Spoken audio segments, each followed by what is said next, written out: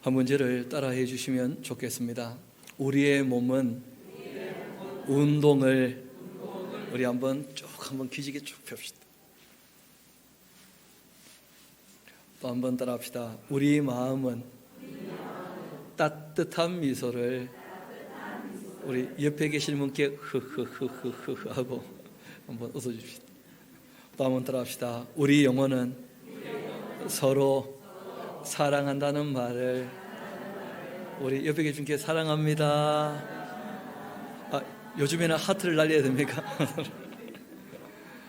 우리 또 한번 따라합시다. 그대의 반응과 상관없이 그대를 사랑합니다. 우리 한 가지만 더 합시다. 그대의 반응이 좋아지기를 기대하면서 그대를 사랑합니다. 아직 이 반응이 좋지 않아도 여전히 사랑합니다. 여러분, 오늘 우리가 찬양하기도 했고 또 아침에 말씀을 나누기도 했는데, 모세가 하늘에 있는 그 원형을 이 땅에 이제 모형으로 만들려고 하는 것입니다. 우리가 이 땅에 살아가는 그 일생은 실제로 영생을 위한 준비 과정이기도 한 것입니다.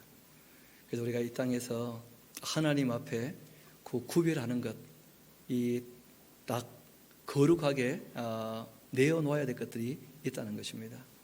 그 훈련이 잘 되어지면 영원히 하나님과 하나님 나라에 거하게 될 때, 왜냐하면 하나님 나라는 모든 게 다 누구 겁니까? 다 하나님 거거든요. 세상은 이 땅도 전부 다 누구 겁니까? 하나님 거예요. 그래서 우리가 특별히 세 가지는 꼭 내어놓아야 됩니다. 제일 첫 번째가 뭐냐면 구별된 시간이 꼭 필요하다는 거예요. 구별된 시간. 우리가 이 땅에 살아갈 때 하나님 앞에 시간을 구별해서 내어놓는다. 그러니까 하나님 굉장히 소중히 여기시는 것이죠. 두 번째는 물질도 하나님께 구별된 것이 있다는 거예요. 그리고 이제 그 물질을 갖다 놓게 되어지면 뭐가 생깁니까? 공간이. 그래서 우리가 시간도, 그리고 또 이 성물이라 그러죠. 물질도, 또 우리가 성소, 이 장소도 다 거룩히 구별하는 것이 꼭 필요합니다. 우리 오늘 그 아침에 이어서 우리 출애굽기 35장 우리 1절부터 함께 살펴보고자 하는데, 제일 먼저 뭘 부탁하십니까? 시간을 구별하여 하나님께 드려야 한다. 모세가 이스라엘 자손의 온 회중을 모으고 그들에게 이르되, 여호와께서 너에게 명령하사 행하게 하신 말씀이 이러하다. 엿새 동안은 일을 하고 일곱째 날은 너희를 위하는 거룩한 날이다. 너희를 위해서도 구별해서 쉬어야 할 것이다. 그리고 그날은 또한 어떤 날이냐면 여호와께 음숙한 안식일이다. 음숙이라고 하니까 너무 음숙하게 되는 것이죠, 그렇죠? 원래 이 샴바트라고 하는 말은 어떤 뜻이냐면 특별한 그런 뜻이에요. 하나님께도 사람들이 하나님을 찾아뵈러 올 때 그 시간이 하나님께도 특별한 시간이라는 거예요. 그래서 하나님 앞에 시간을 꼭 구별해서 드려라, 그렇게 말씀하신 것입니다.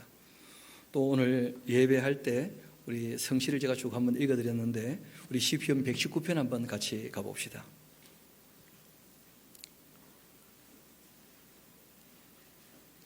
시편 119편을 보게 되어지면 우리 147절부터 우리 148절 두 절 같이 한번 보면 좋겠습니다. 시편 119편 147절 148절 같이 한번 읽어볼까요? 시작. 내가 날이 밝기 전에 부르짖으며 주의 말씀을 바라싸우며 주의 말씀을 조용히 읊조리려고 내가 새벽녘에 눈을 떴나이다. 한 주간 중에 하루를 구별하는 것도 참 중요한데, 실제로는 하루를 시작할 때 첫 시간을 구별하는 것도 굉장히 소중합니다. 그 시간이 어떤 시간이냐면 하나님과 교제하는 시간이고, 주의 말씀을 먼저 잘 듣고 오늘 하루도 주의 뜻을 따라 살겠다 하고 결단하는 그런 구별된 시간이 꼭 필요하다는 것이죠. 그런 시간들을 가질 때 하나님께서 나도 그때를 어떻게 해요? 특별하게 여기겠다, 그렇게 말씀을 하신 거예요. 특별히 한 주간 살아갈 때에는 6일은 열심히 일하고 하루를 쉴 때 그 쉬는 시간에 하나님을 좀 찾아뵈면 좋겠다는 거죠. 그러면 하나님께도 특별한 시간이 되는 것입니다. 이어봅시다.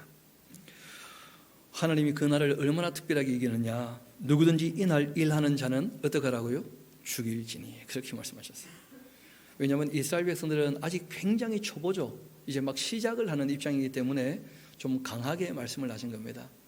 실상 이제 시간이 더 지나보면 알겠습니다만은 어릴 때는 이런저런 법이나 규율이 필요한데 정말 성숙하게 되어지면 법이나 규율이 중요한 것이 아니죠. 자유한 가운데에서 사랑으로 섬기는 것이야말로 법보다 훨씬 더 하는 것이거든요.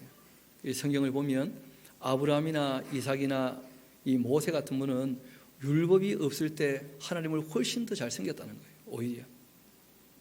그리고 보아스 같은 분도 율법이 제대로 가르치지 않았던 시대였음에도 불구하고 율법 이상으로 정말 사랑으로 살아가는 그런 모습을 보게 됩니다. 그런데 참 사람이 어리니까 요것보다는 좀 더 나아야 된다 하고 어떤 선을 그어준 것이 그게 바로 법이거든요. 법. 그러니까 법보다 못하면 법을 어기는 사람이 됩니다. 그것이 다 죄가 되고 마는 거예요. 그래서 이게 원래 율법은 굉장히 수준 낮은 법이거든요. 그래서 하나님께서 나를 위하여 하루 좀 시간 내어서 만나는 것 이것도 싫다면 빨리 죽어서 지옥 가라. 그런 거예요. 영원히 어떻게 나랑 사귀겠냐. 그런 정도로 말씀을 하신 거예요. 처음 가르칠 때. 이어봅시다. 안식일에 너희 모든 초소에 뭐도 하지 말라고요? 불도 피우지 말라. 이제부터 점심 먹기 다 틀렸죠. 그 이스라엘 백성 처음 시작을 할 때 하나님께서 그렇게까지 말씀하신 거예요. 정말 아무 일 하지 말고 너희가 쉬면서 하나님을 만나면 좋겠다. 그런 것이죠.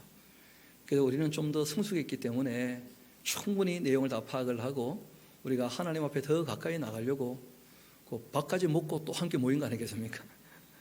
그러니까 하나님을 가까이 하는 것을 기뻐하시기 때문에 우리가 그 의도를 파악하는 것이 굉장히 중요합니다. 반면에 유대인들은 아직도 하나님의 그 의도를 파악하지 못해서 벌벌벌 떨면서 매여 있는 거예요. 다 두렵고 그리고 겁이 나서 사랑으로 하는 게 아니니까 별로 의미가 없는 것이죠. 심지어 그 사람들은 어느 정도냐 하면 그 엘리베이터 있지 않습니까? 그 주일날 되면 그냥 자동으로 각 층에 다 선다는 거예요. 왜냐하면 엘리베이터 이렇게 누르면 불이 뺑 들어오잖아요. 그러면 일이 된다는 거예요. 불 켜지 말랬는데. 게다가 가스레인지를 안 끈대요. 왜냐하면 딱 켜는 것은 일이 되는 거예요. 근데 불을 키웠다가 줄였다가 일이 아니라는 거예요. 그러니까 불을 또 써야 되니까 불 켜는 게 문제가 될까 봐 그런다는 거예요. 그렇게 매여 있는 게 중요한 게 아닙니다.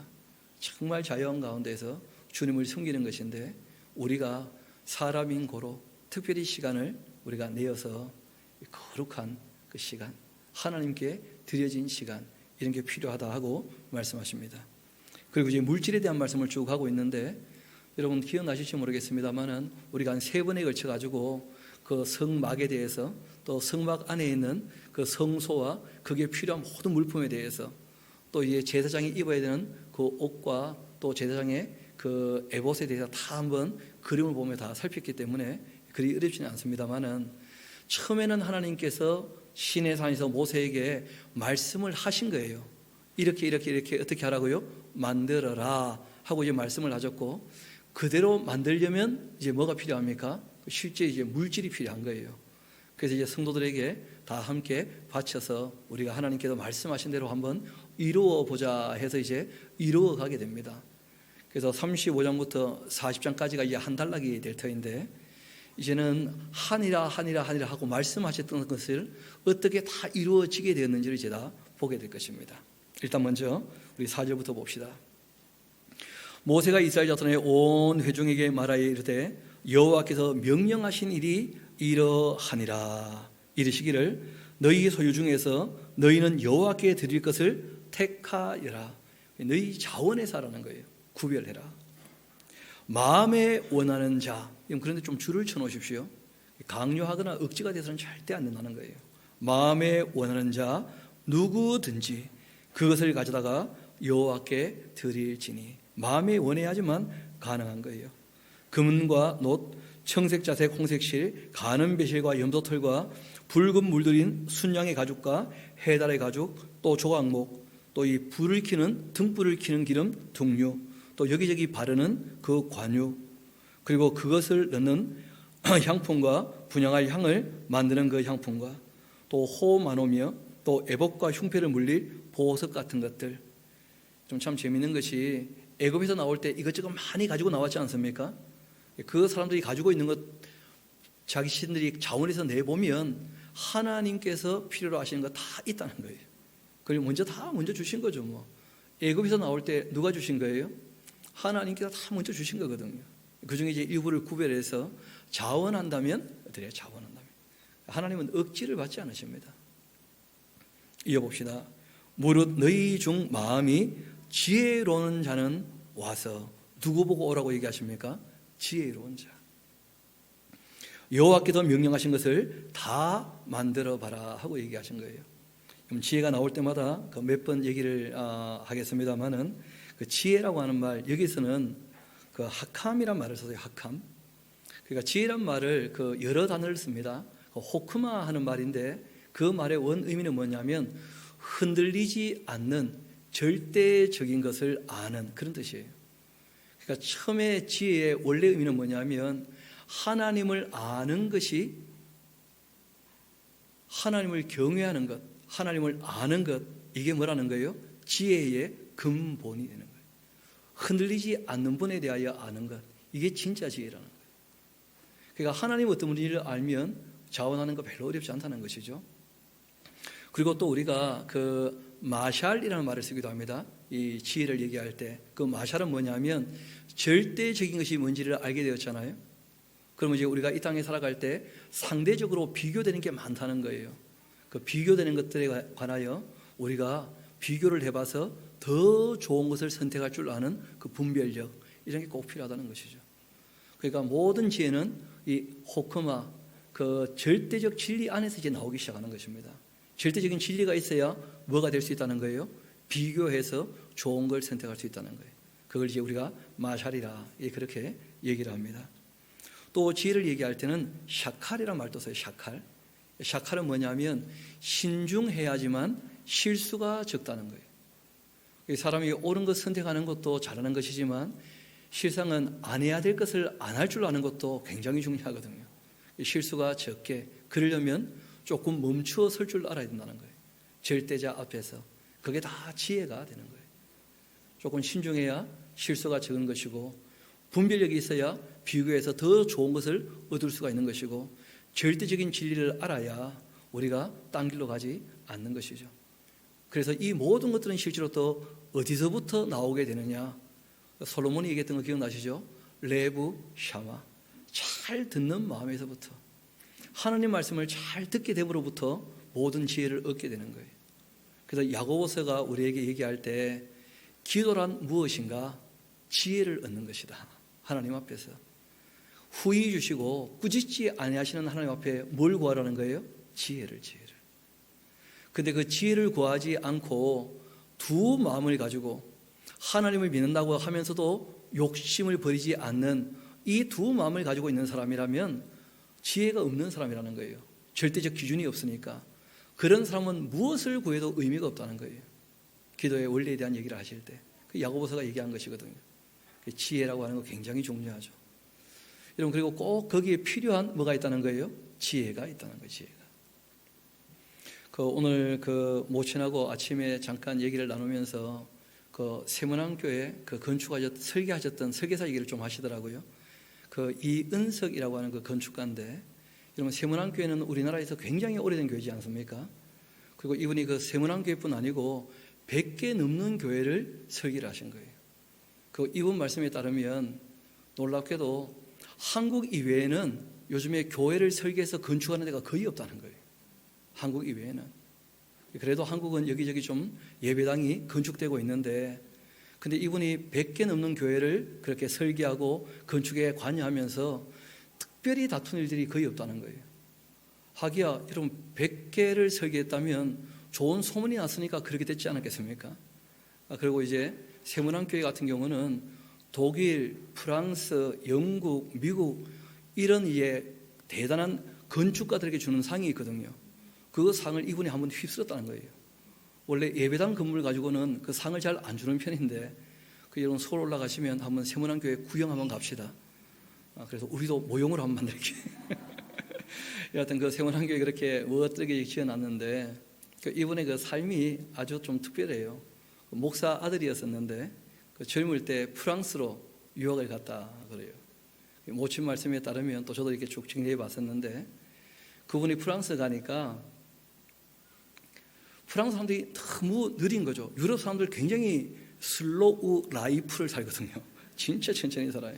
근데 이분은 이제 아버님이 별세를 하시고 본인이 이제 도움을 받지 못하니까 그러니까 학업과 그리고 이제 생업을 함께 해야 되는 거예요. 굉장히 거기서 바삐 열심히 사셨다는 거예요. 그리고 이제 한국에 와 보니까 한국에 또 얼마나 바쁩니까? 적응이 그냥 되는 거예요. 너무 바쁘게 사셔가지고. 그런데 문제는 한국에 와서 적응을 하는데 예배당 건물을 건축을 할 때 설계하고 건축하는데 이 교회 건물은 좀 특별하다는 거예요. 왜냐하면 보통 건물을 지을 때에는 건물주가 한 명이 있잖아요. 예배당은 건물주가 누구십니까? 하나님은 한 분이신데 스피커가 너무 많은 거예요. 스피커가. 담임 목사님, 장로님, 건축위원장, 부위원장, 건축위원들 다 만나면서 한 소리씩 하니까 참 이 설계가가 건축하는 게 쉽지가 않다는 거예요. 그런데 이분이 프랑스 파리에서 뭘 배우셨느냐 하면 슬로우 라이프를 배우신 거라. 그냥 누가 무슨 말 하든지 다 듣고 기다려 주신다는 거예요. 기다려주면 자기들끼리 또 회의를 한다는 거라. 그리고 최종적인 얘기를 하게 되면 알겠습니다 하고 움직이는 거예요. 한국은 굉장히 빠른 사회인데 예배당 건물은 조금 천천히 해야 해요. 천천히. 본인에게 하나님께서 그런 지혜를 주셔가지고 건축을 한 100개 건물을 설계하고 지었는데 특별히 문제가 없었다는 거예요. 저도 여러분도 하나님께서 주시는 지혜가 있기를 소망합니다. 하나님이 주시는 지혜가 있어야 일을 할 수가 있다는 거예요.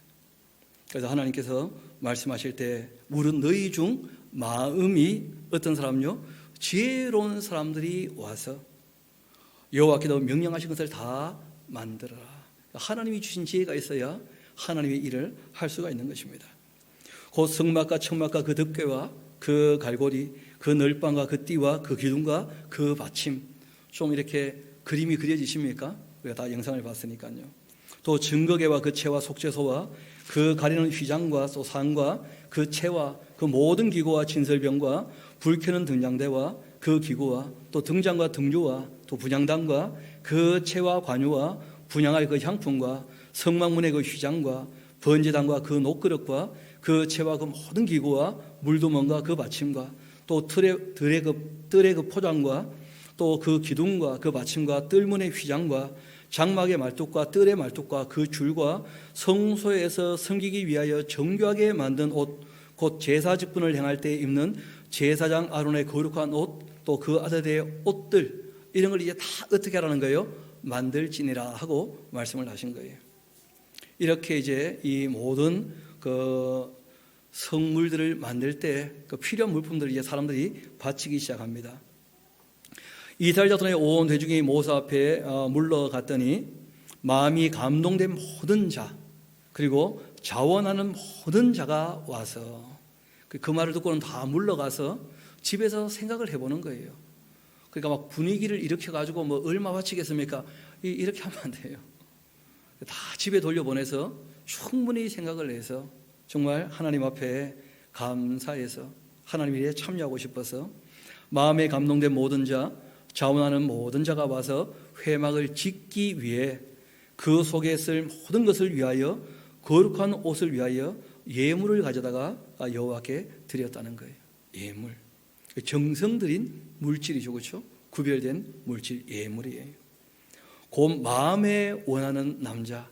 끊임없이 나오는 게 뭐냐면 자원하는 자세, 자원하는 자세.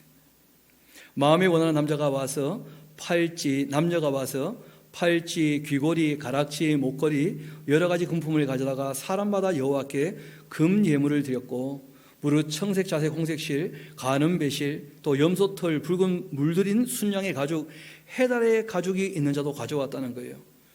이거 읽어보면서 대체 누가 애굽에서 나올 때 해달 가죽을 갖고 나올 생각을 했겠나? 참 생각해 볼수록 재미있는 거예요. 사람들이 원하는 게 똑같은 줄 알았는데 아니더라고 보니까. 내가 볼 때는 이게 더 좋아 보이는데 딴 사람은 딴 게 더 좋아 보이는 거예요. 제가 이 슈퍼마켓 갈 때마다 놀라는 게 물품이 너무 다양한데 저에게 필요한 게 필요 없는 게 너무 많거든요. 그런데 그 물품들이 또 다 나가더라고 보니까 누가 다 필요한 거예요 보면. 사람마다 원하고 바라는 게 조금씩 다른 모양이죠 보니까. 어떤 분은 해달의 가죽도 또 얻어온 거예요. 이거 주시오 해가지고 그거 갖고 있다가 이럴 때 쓰라고 주신 것이구나 하고 이제 또 내어놓은 겁니다. 24절 봅시다. 은과 노수로 예물을 삼은 모든 자가 가져다가 여호와께 드렸고 섬기는 일에 소용되는 조각목이 있는 모든 자 가져왔다는 거예요. 또 그 큰 나무들 누가 또 들고 다닐 생각을 했겠나 그래. 여러분 잘 아는 것처럼 그 성전을 지을 때 그 널빤지 있지 않습니까? 그 길이가 한 10규빗이면 5m쯤 돼야 되거든요. 8규빗 돼도 4m가 되는 것이고. 그리고 그 천막을 이동할 때 그 큰 나무들 왜 들고 나왔는지 아직도 궁금해요. 근데 그거 들고 다니다가 이때 쓰라고 주신 거구나 하고 이제 갖다 바쳤다는 거예요. 지금이야 뭐 목재소 나무 너무 흔합니다만은 그때는 가구를 만들 만한 그런 나무는 흔치 않은 시대거든요. 그러니까 다듬은 나무 자체가 굉장히 귀한 거예요. 근데 그런 나무 이런 모양 저런 모양 다 들고 있다가 그 다 보태 보니까 성막이 되는 거예요. 한 200만쯤 되니까 적어놓으세요. 별별 사람이 다 있다. 진짜 별별 사람 다 있었어요. 이어봅시다. 또 25절 마음이 슬기로운 모든 여인은 손수 실을 빼서 그 뺀 청색자색 홍색실과 가른 배실을 가져왔다는 거예요. 여성들이 또 부지런히 일을 내가지고 필요한 것들을 갖고 온 것이죠. 마음의 감동을 받은 그 슬기로운 모든 여인 염소털로 또 실을 뽑았다는 거예요. 지혜로운 여자는 실을 뽑을 줄 알아야 됩니다. 지금이야 너무 흔한 것이지만 그때는 정말 하나님 마음의 감각이 되어서 여전히 성실하게 일하는 그런 사람들이 이런 것들을 갖고 올 수가 있는 것이죠. 모든 족장은 호마노와 및 애복과 흉패를 물릴 그 보석을 가져왔고 등불과 관유와 또 분향할 향에 소용되는 기름과 향품을 가져왔는데 여러분 또 나오죠. 우리 29절은 같이 한번 읽어봅시다. 시작. 마음에 자원하는 남녀는 누구나 여호와께서 모세의 손을 빌어 명령하신 모든 것을 만들기 위하여 물품을 드렸으니 이것이 이스라엘 자손이 여호와께 자원하여 드린 예물이니라. 아멘. 이 본문을 읽어놓고 자원해서 바칩시다 하고 여러 번 얘기하면 그게 이제 또 부담이 되는 것이죠. 본문 정도까지만 딱 다루도록 합시다. 30절 이어봅시다. 모세가 이스라엘 자손에게 이르되 볼지어다 여호와께서 유다 지파 훌의 손자고 우리의 아들인 우리가 아닙니다. 우리라고 하는 사람 이름이죠, 그렇죠? 우리의 그 아들인 부살렐을 지명하여 부르셨다는 거예요. 부살렐 하는 그 이름의 뜻이 참 괜찮습니다. 여호와의 그늘 그런 뜻이에요. 여호와의 품 그런 뜻입니다. 그러니까 아빠가 그 아들 이름을 참 멋있게 지었죠. 하나님의 품 속에 있는 사람이 되면 참 좋겠다. 하나님의 그늘 속에, 하나님의 품 속에 그렇게 아들 이름을 지은 거예요. 부살렐. 하나님의 영을 그에게 충만하게 하셨습니다. 그리고 지혜와 총명과 지식으로 여러 가지 일을 할 수 있도록 그렇게 하시되 금과 은과 노수로 제작하는 기술을 고안하게 하신 거예요. 그러니까 백성들이 자원하는 마음을 하나님께 감사하게 바쳤을 때 그걸 또 다룰 줄 아는 사람이 있어야 될 거 아닙니까? 그래서 하나님께서 부살렐에게 지혜를 주시고 여호와의 영을 보내셔가지고 하나님의 일을 할 수 있게 하셨다는 거예요. 함께 아니가 함께. 보석을 깎아 물리며 나무를 새기는 여러 가지 정교한 일을 하게 하셨고 또 그와 단지파 아히사막의 아들 오홀리압을 감동시키사 가르치게 그렇게 하신 거예요. 그러니까 부살렐에게는 여호와의 영을 보내셨고 그리고 이제 부살렐이 오홀리압을 어떻게 합니까? 가르쳐서 함께 일할 수 있게 그렇게 하신 것이죠. 여러분 이 오홀리압 하는 말은 아비 아버지의 장막 안에 그런 뜻입니다. 아버지의 장막 안에. 그렇게 오홀리압을 감동시키셔서 가르치게 하시고 또 지혜로운 마음을 그들에게 충만하게 하셔서 여러 가지 일을 하게 하시되 조각하는 일과 세공하는 일과 청색자색 홍색실과 가는 배실로 수 놓는 일과 그렇게 짜는 일과 또 그 외에 여러 가지 일을 하게 하시고 정교한 일을 고안하게도 하셨느니라.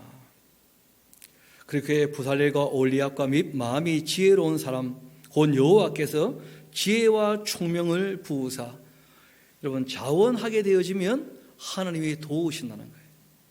자원하게 되어지면.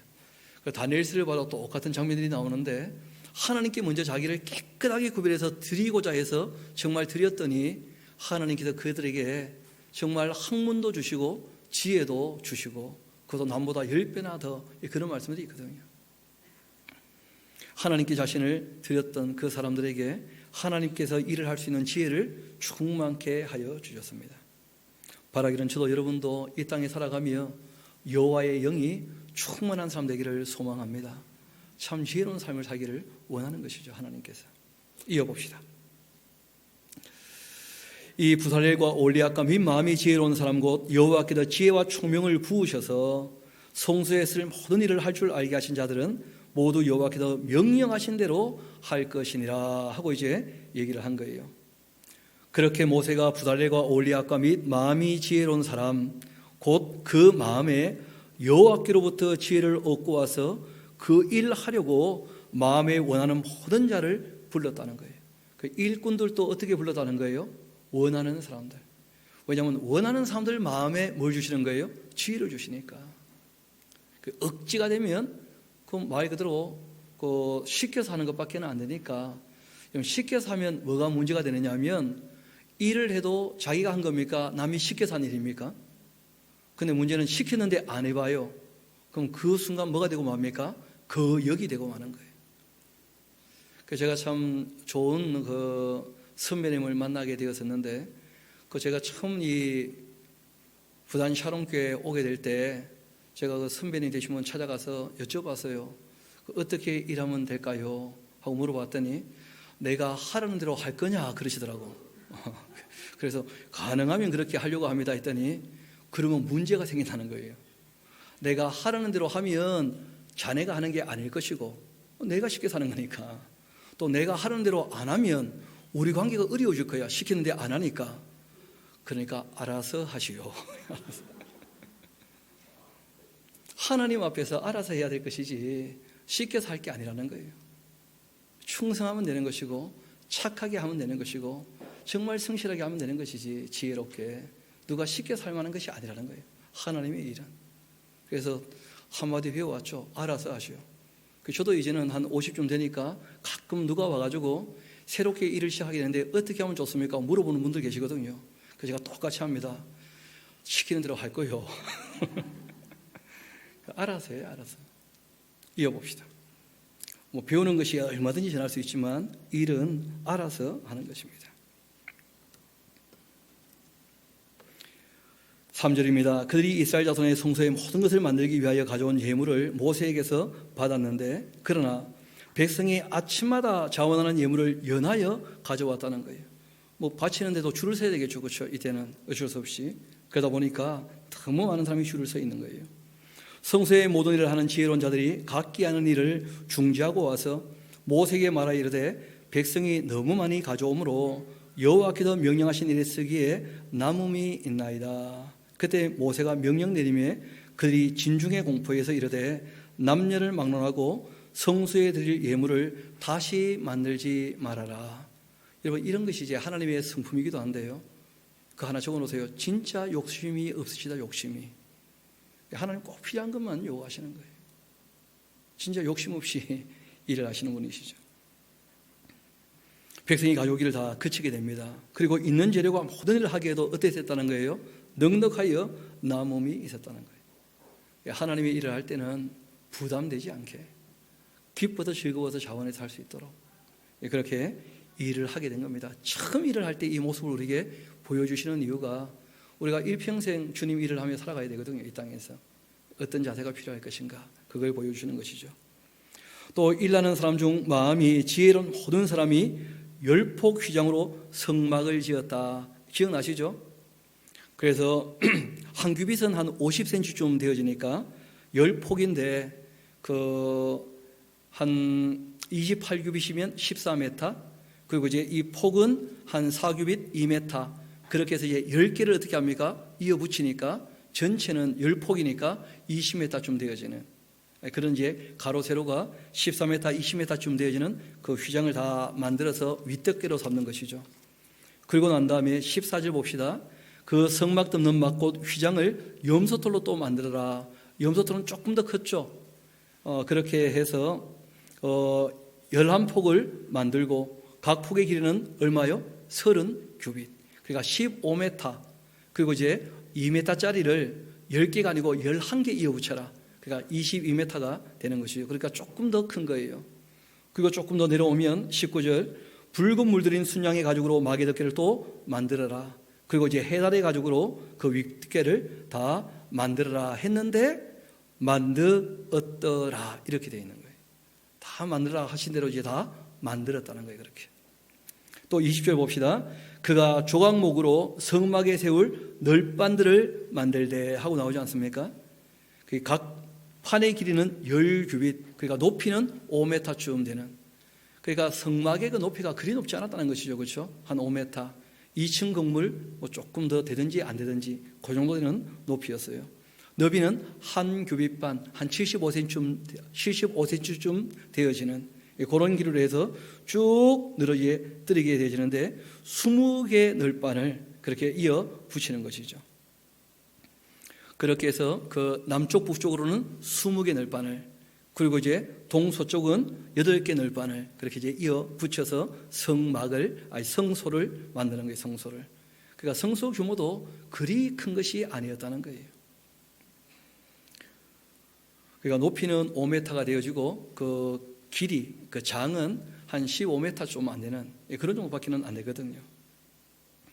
그리고 이제 그 나무들도 마음대로 움직일 수 있으니까 밑에 고정이 하는 핀을 만들고 또 띠를 만들어 가지고 그 나무를 다 연결하도록 그렇게 부탁을 했죠. 그리고 이제 35절 가봅시다.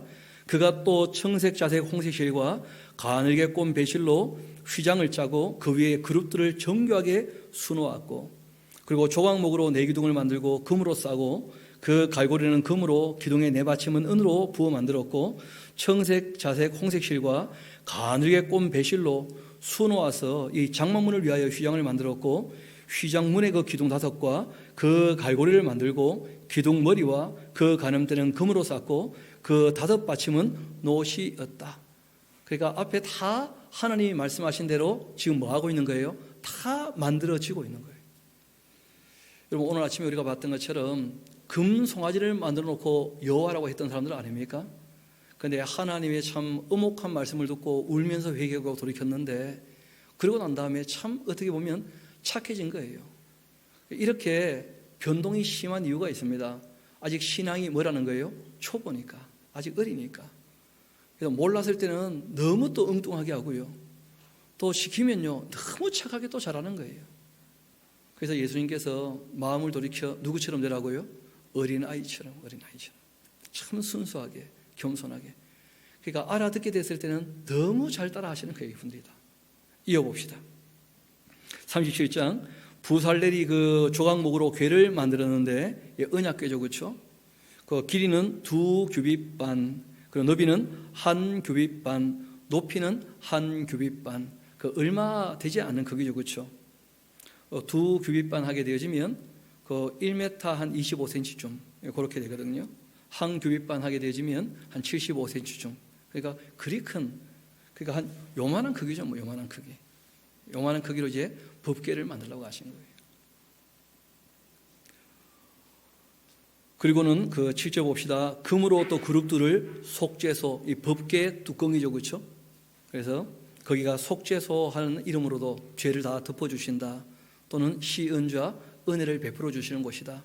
죄를 덮어주시니까 은혜를 베풀어 주시는 거예요. 그래서 거기를 이제 속죄소 또는 시은좌라 그렇게 부르기도 한다는 말씀을 드렸습니다. 그리고 10절 가봅시다. 그가 또 조각목으로 상을 만들었는데 길이가 2규빗, 너비가 1규빗, 높이가 1규빗 반쯤 되어지는 그 상을 하나 만들었죠. 떡상을 그렇게 또 만들고 17절 그가 또 순금으로 등잔대를 만들었는데 그것을 쳐서 만들게 되었다. 그래서 성소 안에 그 불을 피워야 되니까 너무 어두우니까 그 촛대를 만들게 하신 것이죠. 또 25절 같이 가봅시다. 그가 조각목으로 분향할 제단, 그 향단이죠, 향단, 그렇죠? 그 길이는 또 한 규빗, 너비도 한 규빗, 네모가 반듯하게 50cm, 50cm쯤 되는 것이니까 그렇게 규모가 큰 게 아니에요. 그리고 높이는 이제 두 규빗 한 1m쯤 되어지게 그 위에다가 이제 향을 피우는 것이죠. 38장 가게 되어지면 그가 또 조각목으로 이제는 그 성소 밖에 뭘 만듭니까? 번제를 드리는 그 제단을 만들죠. 그렇죠? 그 제단도 규모가 그리 큰 게 아닙니다. 길이는 5규빗 한 2.5m쯤, 또 너비도 한 5규빗 2.5m쯤, 그리고 이제 높이는 한 1.5m 3규빗쯤, 그렇게 이제 사이즈로 만들어서 여기에서 이제 제물을 태우는 것이죠. 제단을 만듭니다. 7절 봅시다. 38장 7절.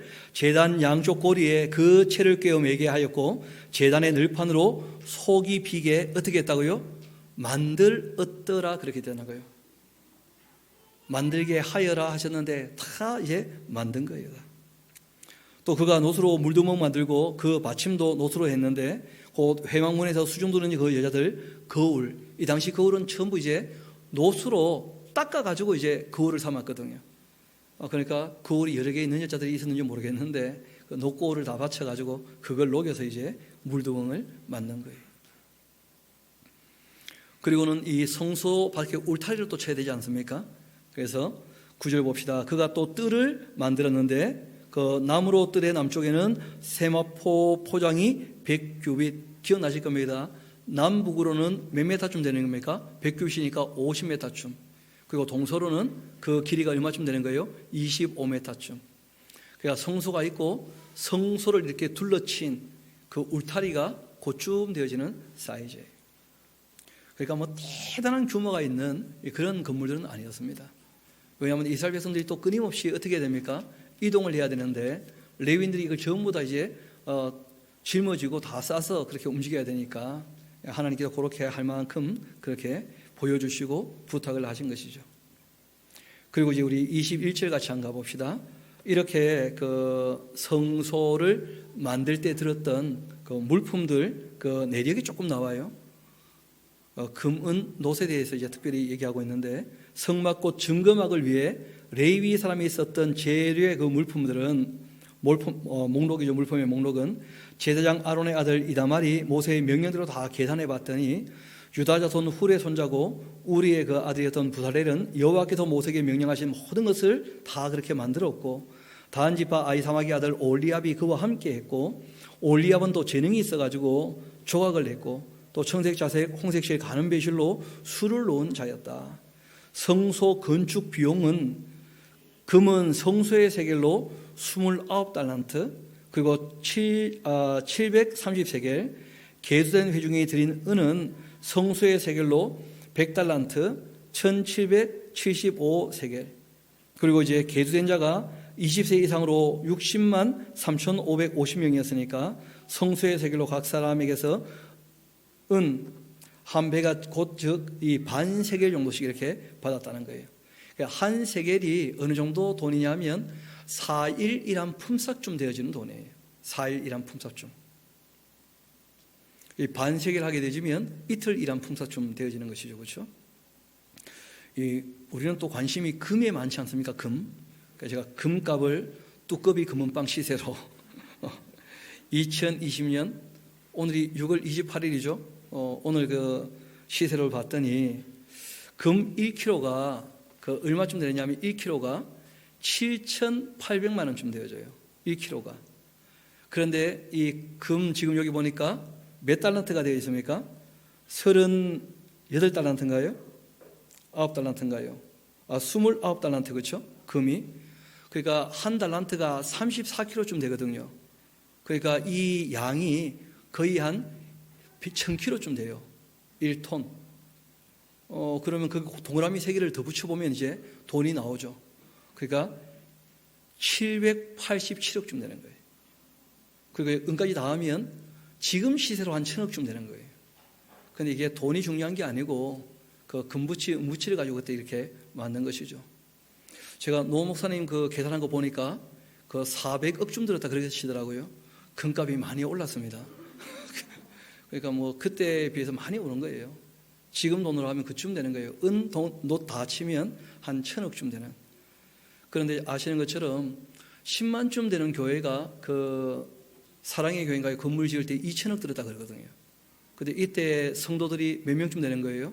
200만쯤 되니까 그 200만이 모아가지고 한 1,000억 건물 지었다면 뭐 그렇게 부담되는 내용들은 아닌 것이죠. 어떻게 보면 그렇게 이제 건물을 다 지은 거예요. 성소를.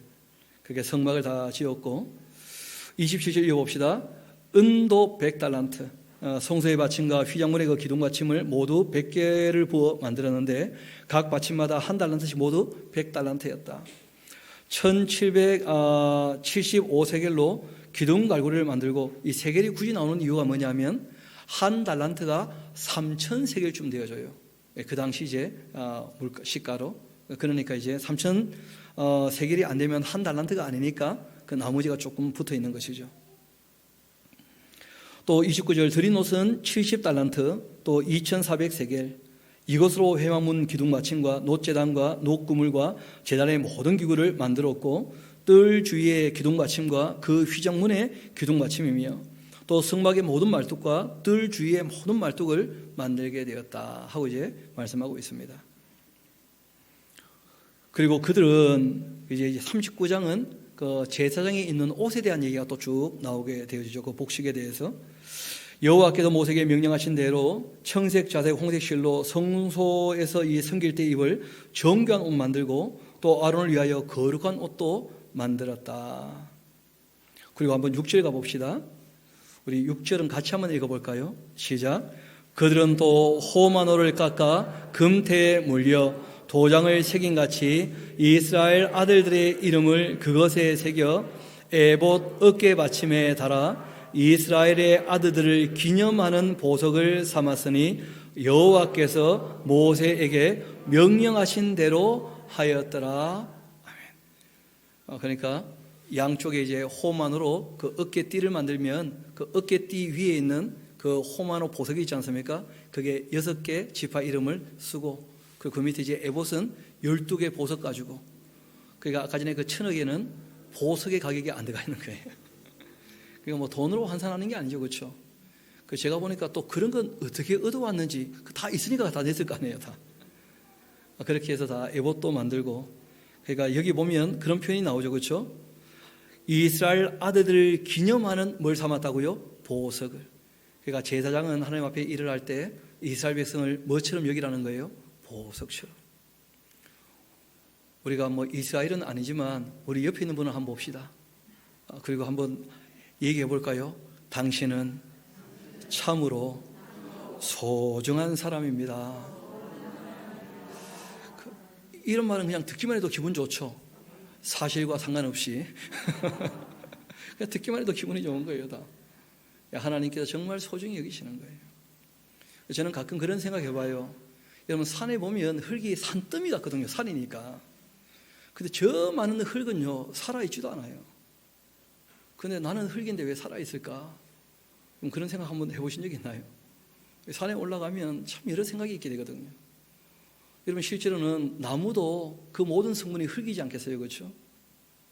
저기는 나무인데 나는 왜 사람일까? 사람인 것 자체가 너무 감사한 거예요. 나무를 볼 때마다 사람이기 때문에 좀 안 돼 보이는 거예요. 나무한테 물어보지는 않았습니다. 나무는 또 어떻게 생각할지 모르겠는데 뭐 생각이 없는지도 모르겠고요. 똑같은 흙인데 나는 왜 하나님의 형상인가? 나는 어떻게 하나님을 인식하게 되었는가? 어떻게 하나님을 섬기게 되었는가? 그 생각할수록 너무 신비하고 너무 감사한 거예요. 하나님이 우리를 다 보석처럼 여기신다. 귀하게 여기신다. 귀하게. 똑같은 흙인데 우리가 정말 특별한 흙 아니겠어요? 그렇죠? 너무 귀하게 여기시는 거죠. 그리고 이제 그 흉패를 또 다 짜게 되는데 우리 21절 가봅시다. 청색끈으로 흉패 고리와 에봇 고리에 꿰어서 흉패로 정교하게 짠 에봇 띠 위에 붙여 에봇에서 벗어지지 않게 했는데 여호와께서 모세에게 명령하신 대로 그렇게 하였다. 그리고 청색 옷을 쭉 만들 때에도 우리 26절 가봅시다. 방울과 석류를 서로 간격을 두고 번갈아 그 옷 가장자리에 돌아가며 달았는데 여호와께서 모세에게 명령하신 대로 그렇게 다 되었다는 거예요. 또 우리 29절 가봅시다. 가는 배실과 청색자색 홍시실로 순호와 띠를 만들었는데 그 반포 속옷과 속바지를 얘기하는 것이죠. 여호와께서 모세에게 어떻게 해요? 명령하신 대로 다 되었다는 거예요. 명령하신 대로. 30 봅시다. 또 그들이 순금으로 거룩한 패를 만들었고 도장을 새긴같이 그 위에 여호와께 성결이라 그렇게 새겼는데 그 패를 청색끈으로 관 전면에 달았으니 여호와께서 모세에게 명령하신 대로 다 되었다는 거예요. 이렇게 이스라엘 자손이 이와 같이 성막 곧 회막의 모든 역사를 마치되 여호와께서 모세에게 명령하신 대로 다 행하고 정말 어린아이 같은 마음으로 시키는 대로 다 했다는 거예요. 그렇게 그들이 성막을 모세에게로 가져왔는데 곧 막과 그 모든 기구와 그 갈고리들과 그 널판들과 그 띠들과 또 그 기둥들과 그 받침과 또 물들인 붉은 물을 들인 순양의 가죽 덮개와 해달의 가죽 덮개와 가리는 휘장과 또 증거계와 그 채와 속죄소와 토상과 그 모든 기구와 진설병과 순금 등장대와 그 장 곧 이 버려놓은 등장대와 그 모든 기구와 등류와 금제단과 관유와 향기로운 향과 장막 휘장 문과 또 녹제단과 그 녹그릇과 그 채들과 그 모든 기구와 물두멍과 그 받침과 뜰의 포장들과 그 기둥들과 또 그 받침들과 뜰문의 그 휘장과 그 줄들과 그 마툴들과 성막꽃 이 회막에서 사용할 모든 기구와 성소에서 섬기기 위한 정교한 옷 곧 이 제사 직분을 행할 때에 입는 제사장 아론의 거룩한 옷과 그 아들들의 옷이라. 여호와께서 모세에게 명령하신 대로 이스라엘 자손이 모든 역사를 마침에 모세가 그 마침 모든 것을 본즉 여호와께서 명령하신 대로 되었으므로 모세가 그들에게 축복하였더라. 하나님 말씀대로 다 이루어지자 복을 빌게 되었다는 것이죠. 그렇게 여호와께서 모세에게 말씀하여 이르시되 너는 첫째 달 초하루 성막꽃 어떻게 해요? 회막 이제 재료가 다 준비되었으니까 조립해서 세우기만 하면 되죠. 그런데 언제 조립을 해서 세울 것이냐?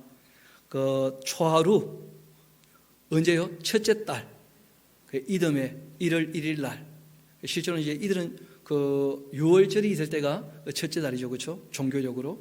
그래서 그때 이제 이 성막을 세우라는 거예요. 그러고 이제 우리가 한번 계산해 보면 그 6월절 날 나와서 50일 만에 도착했지 않습니까? 그리고 이제 40일 시내산 올라갔다 왔고 그리고 송아지 때문에 또 한 번 더 40일 올라갔다 왔죠. 그러면 총 걸린 기간이 얼마입니까? 90에 40도 하면 130일. 그러니까 4개월 조금 더 걸려가지고 이제 이 내용을 들었고 그리고 이게 다 준비되어서 만드는데 한 7개월 가까이 걸렸다는 거예요. 그렇게 해서 이듬해 1월 1일 날 이제 이 성막을 처음 한번 세워보는 거예요. 이어봅시다. 너는 첫째 달 초하루 성막꽃 회막을 세우고 또 증거궤를 들여놓고 또 휘장으로 그 궤를 가리고 또 상 들여놓고 그 위에 물품으로 진설하고 등잔대를 들여놓아 불을 켜고 또 금장단을 증거궤 앞에 두고 성막문에 휘장을 달고 또 번제단을 회막의 그 성막 문 앞에 놓고 또 물두멍을 회막과 제단 사이에 놓고 그 속에 물을 담고 또 뜰 주위에 그 포장을 치고 뜰문에 휘장을 달고 또 관유를 가져다가 성막과 그 안에 있는 모든 것에 발라서 그것과 그 모든 기구를 거룩하게 하라. 그것이 다 거룩하다. 하나님께 구별된 것이다.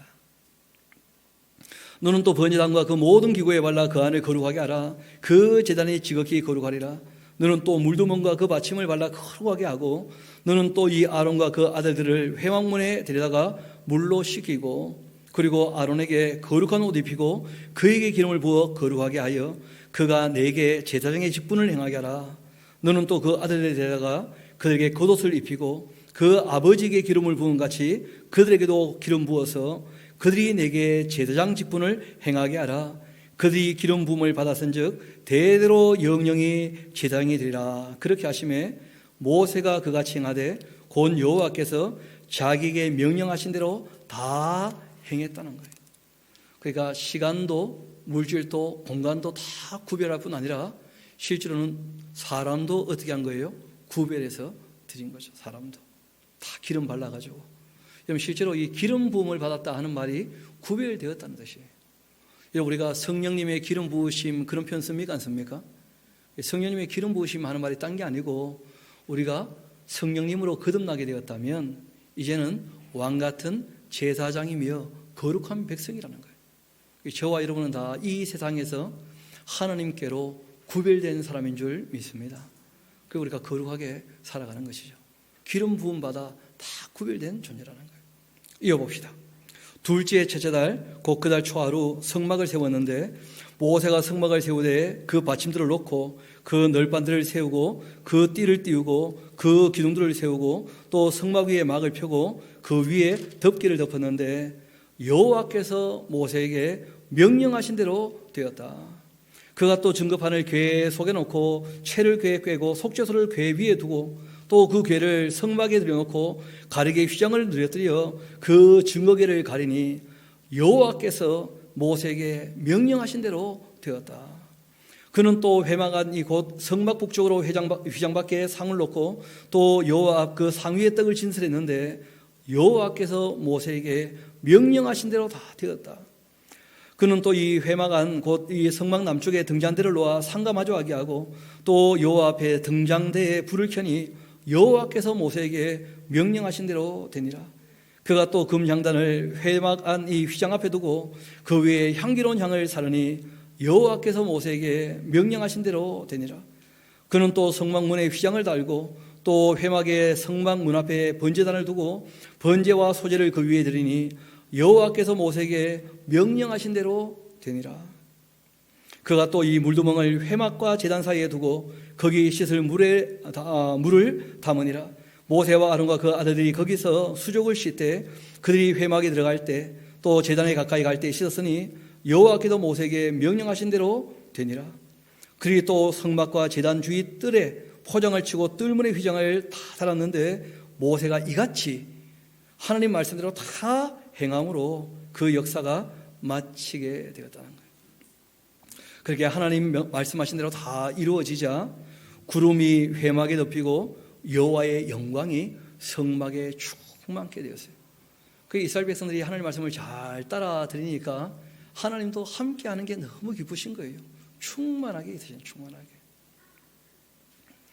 모세가 이 회막에 들어갈 수가 없었는데 이는 구름이 회막 위에 덮이고 여호와의 영광이 성막에 충만함이었고 구름이 성막 위에 떠오를 때에는 이스라엘 자손이 그 모든 행진하는 길에 앞으로 나갔고 구름이 떠오르지 않을 때에는 떠오르는 날까지 나가지 아니했고 낮에는 여호와의 구름이 성막 위에 있고 밤에는 불이 그 구름 가운데 있음을 이스라엘의 온 족속이 그 모든 행진하는 길에서 그들의 눈으로 보았더라.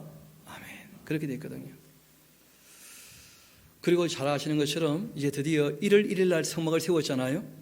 그리고 이제 1월 14일 6월절이 되어지면 6월절을 지키고 출발하려고 했는데 6월절을 또 다 지킵니까? 사람들이 또 흩어져 있습니까?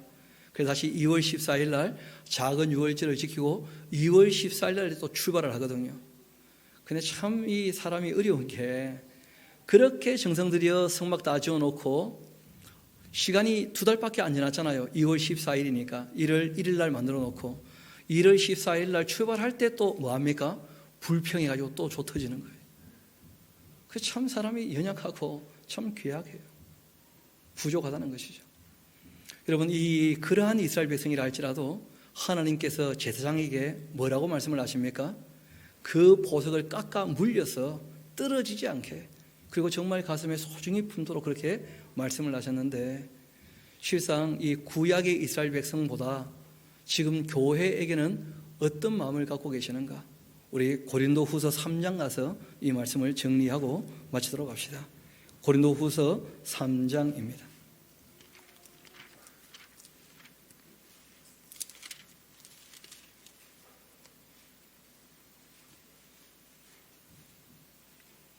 제가 12절부터 한번 읽어드리겠습니다. 우리가 이 같은 소망이 있으므로 담대히 말하는데 우리는 모세가 이스라엘 자손들에게 장차 없어질 것의 결국을 주목하지 못하게 하려고 수건을 가지고 그 얼굴에 쓴 것 같이 그렇게 아니하노라. 왜냐하면 이스라엘 백성들이 했던 것은 뭐였다는 거예요? 다 모형이었어요. 그런데 이것이 모형임에도 불구하고 그 의미가 드러납니까? 모형임에도 불구하고 의미도 덮여 있었습니까? 의미도 다 덮여 있었다는 거예요. 그런데 지금 우리는 예수님 오셔서 진리를 완전히 밝히셨고, 그리고 요한계시록까지 기록하셔서 정말 마지막 일까지 다 하나님의 계획을 우리에게 다 알려주셨거든요. 이어봅시다. 그러나 그들의 그 마음이 완고하여서 오늘까지도 구약을 읽을 때 그 수건이 벗겨지지 아니하고 있으니 그 수건은 그리스도 안에서 어떻게 될 거라고요? 없어질 것이다. 그러니까 예수님에 대하여 바르게 알아야 구약도 또 바르게 알게 되는 거예요. 구약을 알아야 예수님을 또 알게 되거든요. 그러니까 전체를 다 알아야지 부분적으로는 알 수 있는 게 아니라는 거예요, 성경을. 이어 말씀하십니다. 오늘까지 모세의 글을 읽을 때에 수건이 그 마음을 덮고 있거나, 그러나 언제든지 주께로 돌아가면 그 수건이 벗겨질 것이다. 주는 영이시니 주의 영이 계신 곳에는 뭐가 있다고요? 자유가 있다는 거예요. 자유가. 우리가 다 수건을 벗은 그 얼굴로 거울을 보는 것 같이 주의 영광을 보며 그와 같은 형상으로 변화하여 영광에서 영광에 이르니 곧 주의 영으로 말미암음이니라. 그래서 하나님께서 우리를 얼마나 귀하게 여기시느냐 하고 신약에 와서 얘기할 때는 성경이 이런 얘기하는 거예요. 우리 예수님이 부활의 첫 열매가 되셨죠. 우리도 어디에 참여합니까? 부활에. 그리고 그 예수님을 마치 형님처럼, 맏아들처럼 우리를 하나님의 자녀 삼으셨는데 그만큼 영광 가운데 부르신다는 거예요. 마치 하나님의 아들처럼. 실제로는 양자죠, 양자. 그렇게 귀하게 여기신다는 거예요. 바라기는 하나님이 귀하게 여기시는 하나님의 권속들을 우리도 서로 간에 귀하게 여기며 주님의 뜻을 따라 살 수 있게 되기를 소망합니다. 또한 무엇보다 하나님의 뜻을 따를 때 주님께서 영광 가운데 함께 하신 것을 꼭 기억하면서 우리가 주의 말씀을 잘 듣고 주님의 뜻을 따름으로 하나님과 이 땅에서 늘 동행하는 저와 여러분 되기를 소망합니다. 함께 기도하시겠습니다.